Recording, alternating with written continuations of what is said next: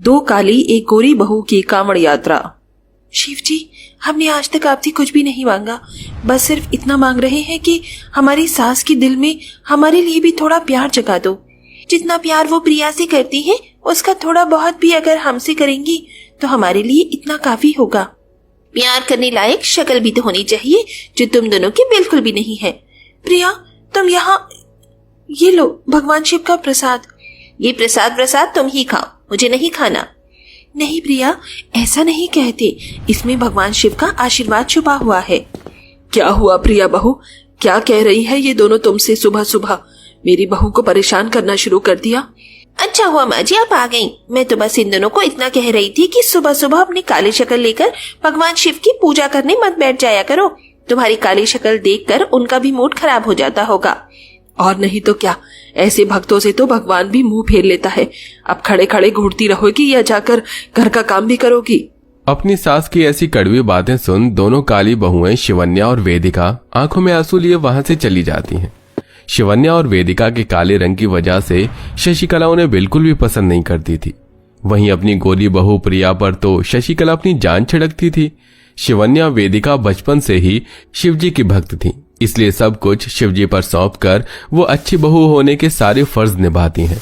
समय गुजरता है और अब सावन का महीना शुरू हो जाता है। अरे प्रिया, अच्छा हुआ तुम मुझे हॉल ही में मिल गई। मैं तुम्हारे पास ही आ रही थी। सावन का महीना शुरू हो गया है, इसलिए मैंने सोचा है कि मैं तुम्हारे साथ कांवड़ लेने के लिए जाऊं। ओ गॉड, क्या मुसीबत है, अब मुझे इस बुढ़िया के साथ कांवड़ लेने के लिए पैदल पैदल इतनी दूर जाना होगा। प्रिया बहुत सोच क्या रही है तू, चलेगी ना? हाँ माँ जी, क्यों नहीं। प्रिया इतना बोलती ही है कि तभी वहां दोनों काली बहुएं आ जाती हैं और कांवड़ वाली बात सुनकर, माँ जी, क्या हम भी आपके साथ कांवड़ लेने के लिए चल सकती हैं? हमारा काफी सालों से मन था कि हम कांवड़ लेने के लिए जाएं। शक्ल देखी है तुम दोनों ने अपनी, बड़ी ही कर लेने के लिए पता चले तुम्हारी इन काली काली शक्ल को देखकर दूसरे कांवड़ वाले ही भाग जाएं। माँ जी, ले चलते हैं ना इन्हें। अगर चलेंगी तो वहाँ पर हमारे बैग्स उठाने और सेवा करने की काम तो आएंगी। वैसे तो ठीक कह रही है बहू, चल लेना तुम भी हमारे साथ कांवड़ यात्रा पर।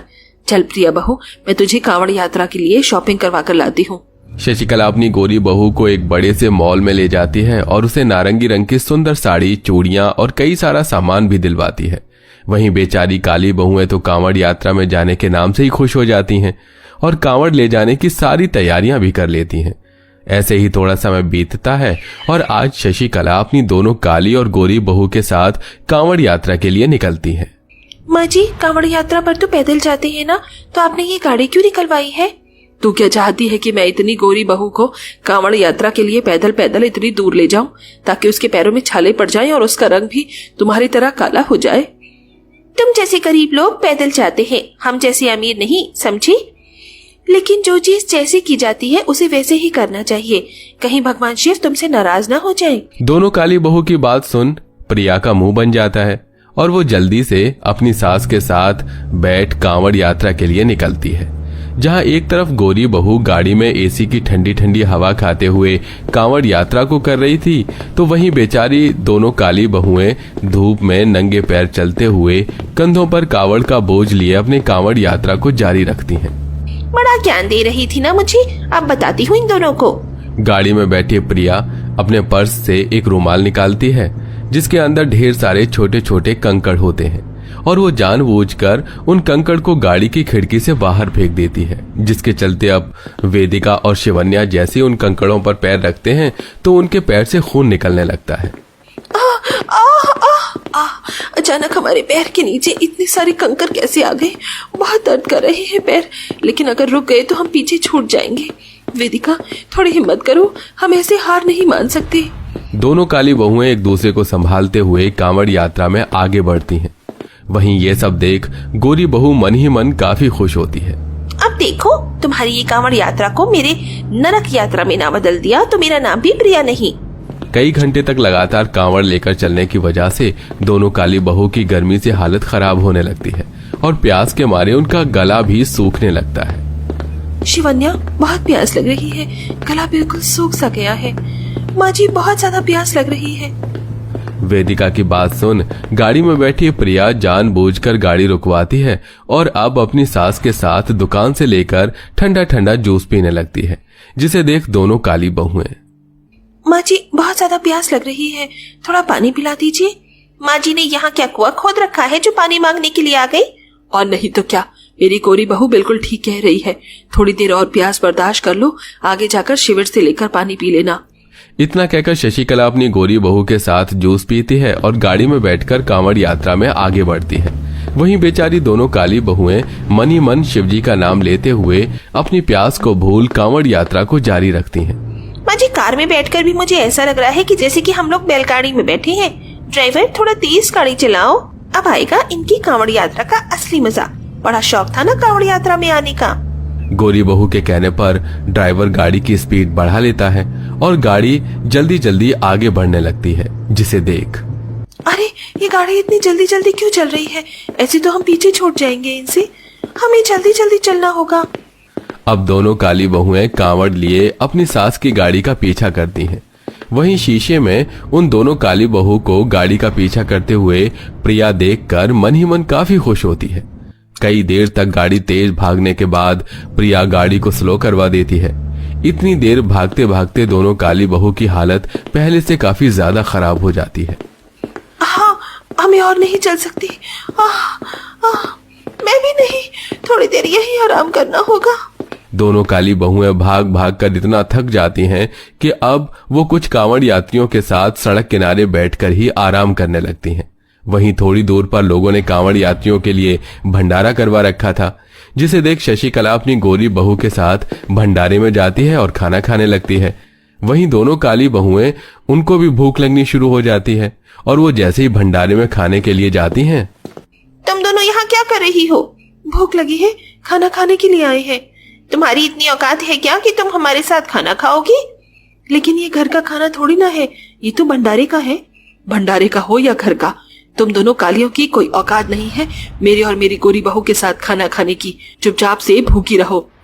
दोनों काली बहू की इतनी बुरी हालत देखकर भी शशिकला को उन पर जरा भी तरस नहीं आता और बेचारी दोनों काली बहुएं भूख से तड़पती रहती हैं। अपनी सास और गोरी बहू के खाना खाने के बाद अब वो लोग फिर से अपनी कांवड़ यात्रा को जारी रखते हैं, जहां एक तरफ दोनों बहुएं सभी कांवड़ यात्रियों के साथ बम बम भोले हरिशंकर का नाम लेते हुए कांवड़ यात्रा में आगे बढ़ रही थीं, वहीं प्रिया गाड़ी में डिस्को म्यूजिक चलाते हुए यात्रा कर रही थी।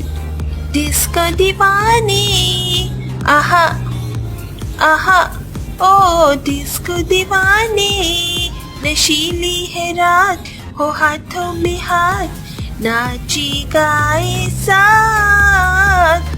प्रिया बहू, हम किसी पार्टी में नहीं कांवड़ यात्रा में जा रहे हैं। ऐसे गाने इस वक्त कौन सुनता है? माँ जी यही तो आजकल का लेटेस्ट फैशन है। इन लोगों की तरह ये बेकार के भजन कौन सुनेगा? कई घंटे बीत जाने के बाद आखिरकार सभी लोग हरिद्वार पहुंच जाते हैं। दोनों काली बहुएं हरिद्वार पहुंचकर सबसे पहले गंगा नदी में स्नान करती हैं और गंगा जल भरकर जैसे ही शिवलिंग पर चढ़ाने के लिए जाती हैं। हटो तुम दोनों, सबसे पहले तो मैं ही जल चढ़ाऊंगी। लेकिन प्रिया, तुमने तो स्नान भी नहीं किया है, पहले स्नान कर लो। ये तुम जैसी कालियों के लिए है, मुझ जैसी गोरी के लिए नहीं। मुझ जैसी खूबसूरत लड़की को स्नान करने की क्या जरूरत? इतना कहकर प्रिया बिना स्नान करे ही शिवलिंग पर गंगा जल चढ़ा देती है। वहीं अब दोनों काली बहुएं प्रिया की तरफ से शिवजी से माफी मांगती हैं और सारी विधि विधान से जल चढ़ाकर उनकी पूजा करती हैं। वहीं प्रिया जैसे ही शिवलिंग पर गंगा जल चढ़ाकर सीढ़ियों से उतरती है कि तभी अचानक उसका पैर फिसल जाता है और उसके सिर पर काफी गहरी चोट आती है। हे भगवान, प्रिया ये क्या हो गया? उठो प्रिया। आसपास मौजूद लोग जल्दी से प्रिया को नजदीकी अस्पताल लेकर जाते हैं, जहां डॉक्टर उसकी पट्टी करते। वहीं दोनों काली बहुएं प्रिया के होश में आने तक भगवान शिव से प्रार्थना करती रहती हैं। प्रिया बहू, तू ठीक तो है ना? तेरा अचानक पैर कैसे फिसल गया?